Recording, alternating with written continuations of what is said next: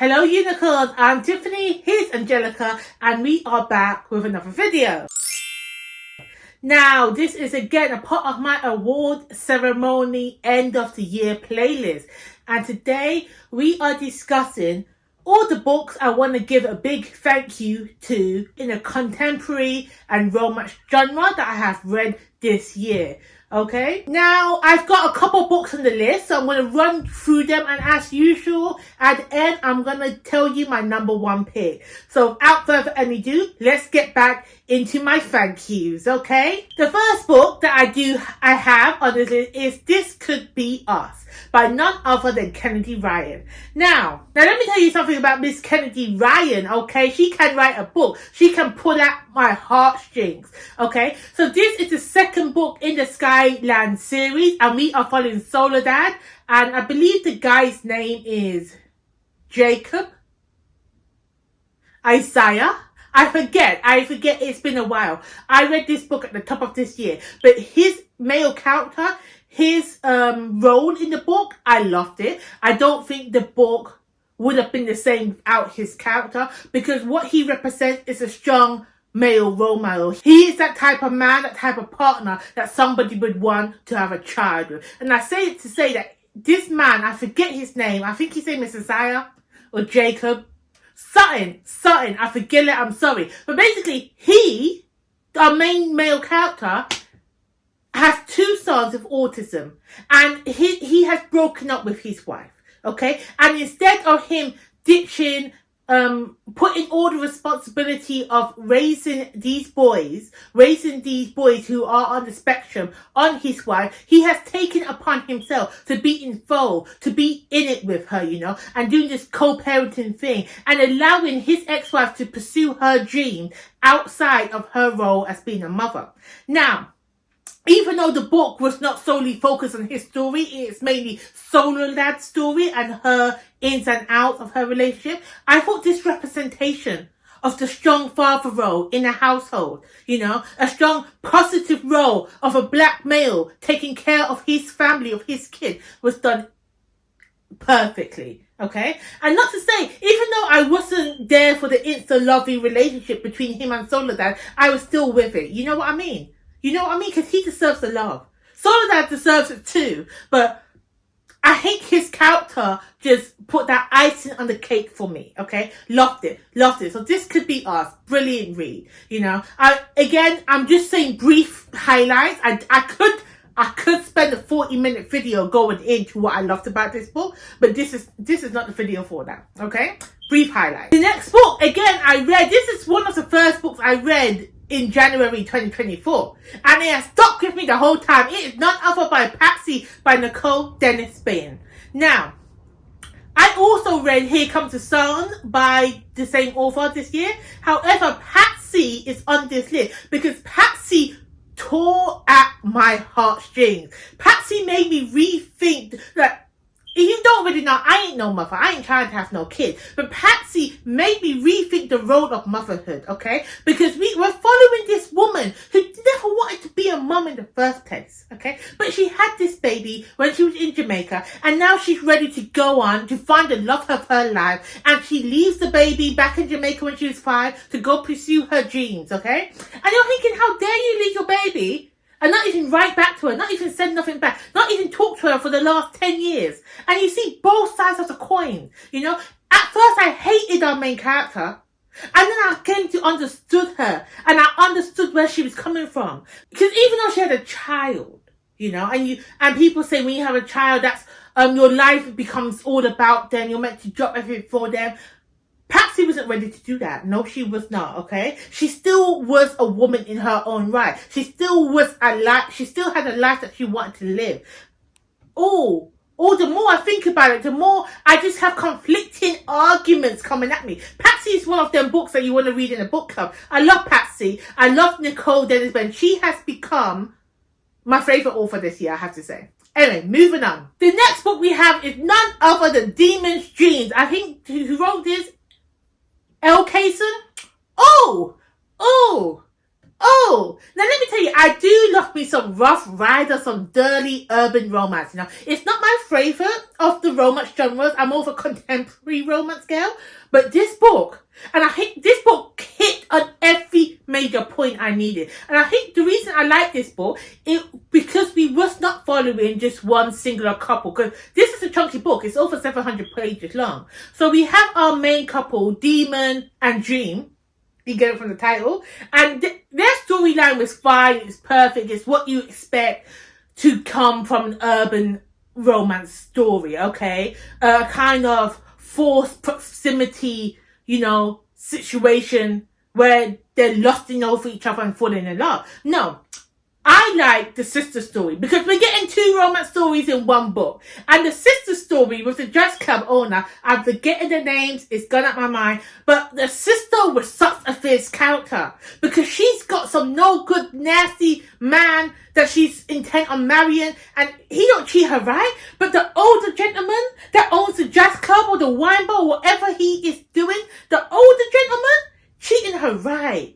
Giving it to her good. Now, this book is fantastic. And it ended so well. The ending of this book was fantastic because it jumps a couple of years, so we get to see the relationships that we've been following. We get to see their children, and their children are basically grown, and it just leaves the door open that if the author wanted to come back and say 20 years later and see what the kids are doing, I'm there to read it. But she said she ain't writing no more, so I'm waiting.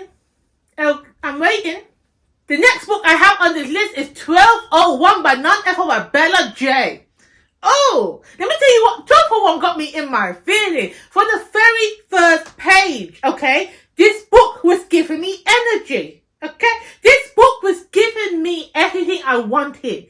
Because this woman, though her name is Time, that we're following in 1201, she was meant to be getting married. She thought she found the love of her life. Okay, only to realize on her wedding day, the man she was meant to marry is in love with his cousin. And I say cousin, it's meant to be his play cousin. You know the people that you were best friends for your whole life, you're basically family, but you're not really blood relations?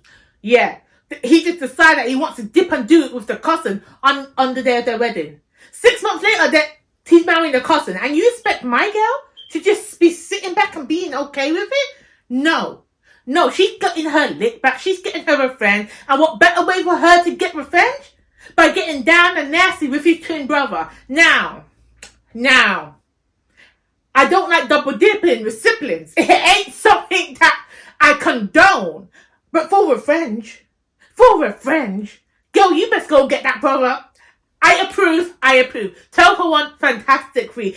And when you find out what 1201 means, what it actually stands for, how they celebrate the turning of the new year, someone please tell me there's a party going on like that. I don't mind. I don't want to participate. I want to be an observer. Now, if you read the book, you know what type of party I'm talking about. Okay. Another one that I have a lot on here. The other one that I do want to mention is A Love Song for Ricky Wilde by Tia Williams. Now, I read the author's other works, 7 Days in June, and the one they made into a Netflix show. I didn't care for them. I didn't love them as everyone else did. This book, though, with everything I wanted in a romance, it had a bit of magical realism in it, a bit of Harlem Renaissance, you know. I love the little mysteries, and people that read this book, that are not really fantasy lovers, have said that they didn't enjoy the magical realism part of it. I am a fantasy girly, and that's what elevated this book for me. It was fantastic, okay? And I loved watching these two people. The names have gone out my mind. But I love watching our two main characters fall in love and see how they have been connected over time, you know? See their union come together. Because at first, it wasn't an instant love. Look, it was instant lust. But they didn't fall in love straight away. They were just attracted to each other. And then you see it develop. And then, oh no, it's a great book. Love it. Go read it. You know, it was great. The next one I have to mention was Jamila Green Ruins Everything. I think that's what it's called. I forget who wrote the book. But Jamila Green, it was a surprising read. It was surprising in the fact that I thought I would enjoy it. I didn't think that when I was reading this book, I'd be laughing out loud so much. Because Jamila Green is ridiculous. The situation that she finds herself in is absolutely ridiculous. Because what happens is Jamila, she is an author. She wants her book to blow up. But then I think one of her colleagues also is an author, but her book that she wrote blew up because she got taken by the Taliban or some terrorists, and she wrote a story about her experience. And now Jamila is very jealous of this woman because how is she famous and I'm not? So she goes and she asks Iman, what do you call it? Iman. Well, she goes and asks her spiritual advisor of her mosque what she has to do to be successful, you know? And he says, give back to your community. And what does she do? She tries to give back to a homeless guy but he ends up trying to convert her and her imam into a terrorist organization, which brings the US government down on them. And from there we have mess. I don't want to give too much away. This book was just mess, and I love it. It was ridiculous, and I love it. And the imam, I think his name is Ibrahim. Oh, he is such a sweetheart. Such a sweetheart. This was a fun book to read. It made me smile. It made me laugh. And the cover, I love the cover. There was other covers in this video that I absolutely love. I don't have them in front of me. I can't actually remember them. But this cover I remember. The big face, the glasses. Yes. It's giving. It's serving. Is it not? The last book I do want to put in this category is a recent read. Literally, I have just finished reading the latest book out in this series. And that is The Marriage Favour by Siobhan Williams is her name? Siobhan Zotin? I can't remember. But The Marriage Favour. Oh! When I tell you I like a book with some mess. When I tell you I like a messy book, okay? So this book, The Marriage Favour, I just speak about the first one because there's 6 books and each book follows a different character in this world. But the first one focuses on the mother. And let me just tell you the initial messiness. Okay, this woman has married her high school boyfriend, okay, because she ended up getting pregnant when she was 16. He was a preacher's son. They were in the church. They said, okay, you might as well get married. So she's been with him for damn gone 15 years, had 6 babies by him, all boys. Turns out this man's been gay the whole time. This man's been dipping it and doing it with a member of the church. And she sees this, walks in on him and says, you know what? No, you're the only one I've been with. I'm not taking this no more. So she walks out and leaves him. And she's like, you can't. You're going to ruin our family. You're going to ruin me. I'm meant to be the pastor. I'm the preacher. Okay? I can convert. I can reform. She's like, no. It's time for me. So she ups and leaves him. And you know these people that work for the church, they're meant to be having all this money. He doesn't help her at all. So now she's left single, raising these 6 boys, you know, and she has to move from... She used to live in an affluent area of LA, and now she's moved to the ghetto, to the hood. And in walks Prime. I think his name is Prime, or Pride. But in walks a big boss gangster man, where she's renting her home, and they just start getting it in. Well, not really like that. It's not really like that. They make a marriage pact.